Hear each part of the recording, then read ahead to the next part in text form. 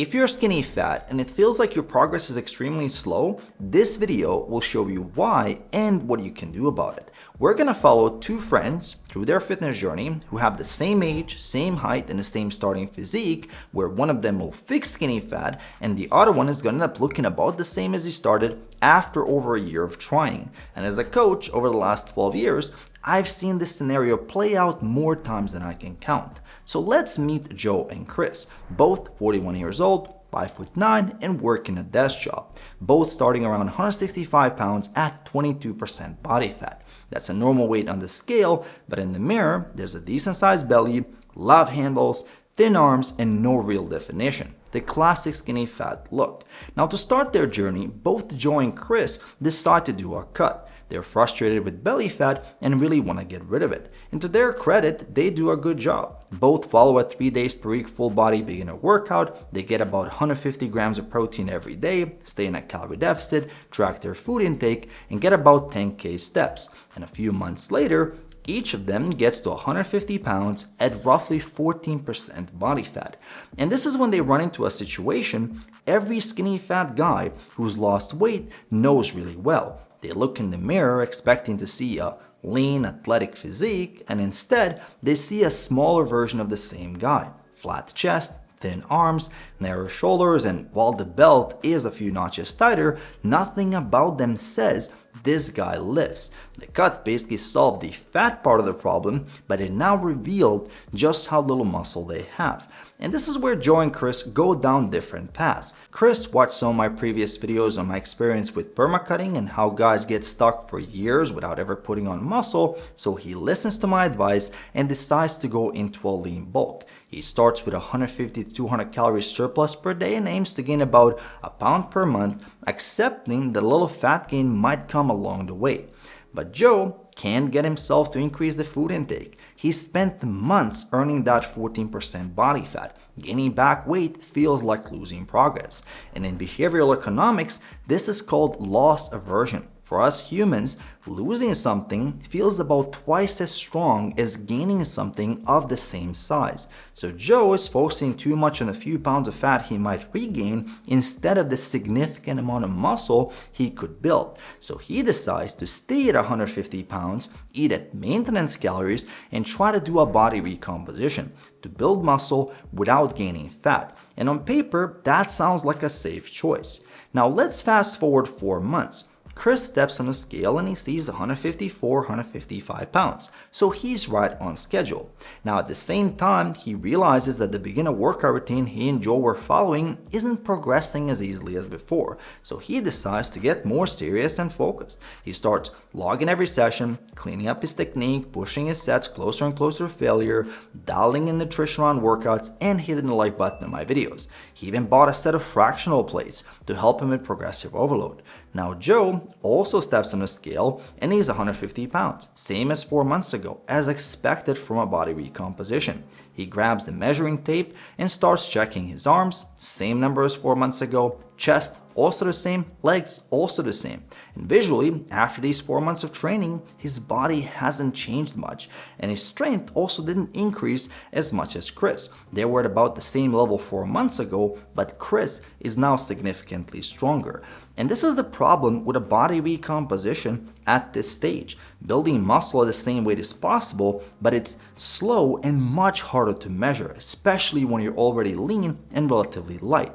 And realistically, Joe's approach wasn't even dialed in. He wasn't tracking his lifts. He often did the same weight and reps. He would randomly pick it. He was also into chasing fatigue and doing a lot of supersets and circuits. And while it felt like a good intense workout and often even more intense than Chris, his technique wasn't improving. He wasn't pushing his muscle groups close to failure and his numbers didn't go up. And realistically, if your training isn't objectively progressing, there's no reason for your body to grow. So Joe decides to text Chris, "Hey, how's your bulk going? I'm at 150 pounds. I can't tell if anything's changing." Chris replies, "I'm at 155 pounds. The stomach looks about the same and my bench went up 20 pounds. And that message stings. Joe realizes the gap between him and Chris is widening and he decides to make a change. He quits the body recomp and goes into a bulk. He starts eating more and gaining about 2 pounds per month to catch up. And he finally starts tracking his lifts and trying to push his numbers in the gym to match Chris.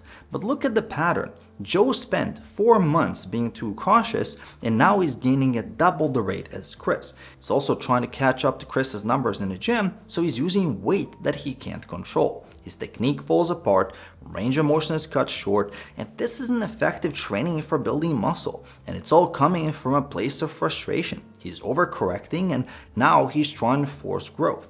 But unfortunately, it doesn't work like that. And by the way, if you'd like to work with me to help you avoid these mistakes and much more, details for coaching are in the description below. Now we arrive at month 8. Both Joe and Chris weigh in, and both are at 159 pounds, but with two completely different physiques. Chris is at 14 to 15% body fat because out of the 9 pounds he gained, 7 were lean mass and only 2 pounds were fat. That's the true power of newbie gains. His weight went up, but his body fat percentage stayed about the same. Joe, on the other hand, is at 17 to 18% body fat because of the 9 pounds he gained, 2 pounds were lean mass and the other 7 pounds were fat. His belly is coming back, which was his worst fear. His lifts barely moved because he only started pushing them 4 months ago, and there was mostly ego lifting trying to catch up with Chris. And now he's stuck in a bad place mentally. He doesn't know whether to keep gaining or go back into a cut. So he does what feels like another safe choice. He slows down the surplus, but still doesn't understand that his training is what's really holding him back. Chris, meanwhile, has stopped thinking so much about the scale and is focused on his performance. And his training log looks great. His bench went from 135 to 165 pounds. He just did his first set of bodyweight chin-ups for 6 reps with good form. His remaining deadlift went from 135 to 185 pounds, and he feels great. And now we arrive at month 12, 1 year after the initial cut. Chris is now at 162 pounds and 15% body fat. He put on 12 pounds in those 12 months, and around 9 was lean mass. His physique has clearly improved. Shoulders, chest, legs, and he's not really skinny fat anymore. Joe, on the other hand, is at 161 pounds but at 18% body fat. He gained only 3 pounds of lean mass in 12 months. The rest was body fat, and almost all of it went back to his belly and love handles. Both guys weigh about the same but look completely different. And this is why skinny fat takes so long to fix. Muscle building is a slow process, and it doesn't just depend on one thing like fat loss. For fat loss, if you're in a calorie deficit, you will lose body fat. For muscle building, you need solid training, you need solid recovery, and you need proper nutrition. And so those 3 things have to be dialed in at the same time. And at 41, as a natural, a great first year of serious lifting gets you somewhere around 10 pounds of lean mass, about 4.5 kilos. And that first year is generally the fastest muscle you're gonna be building if you do things right. And Chris made the most out of that growth window. He was focusing on improving his numbers, he was fueling his workouts, and he was taking things seriously.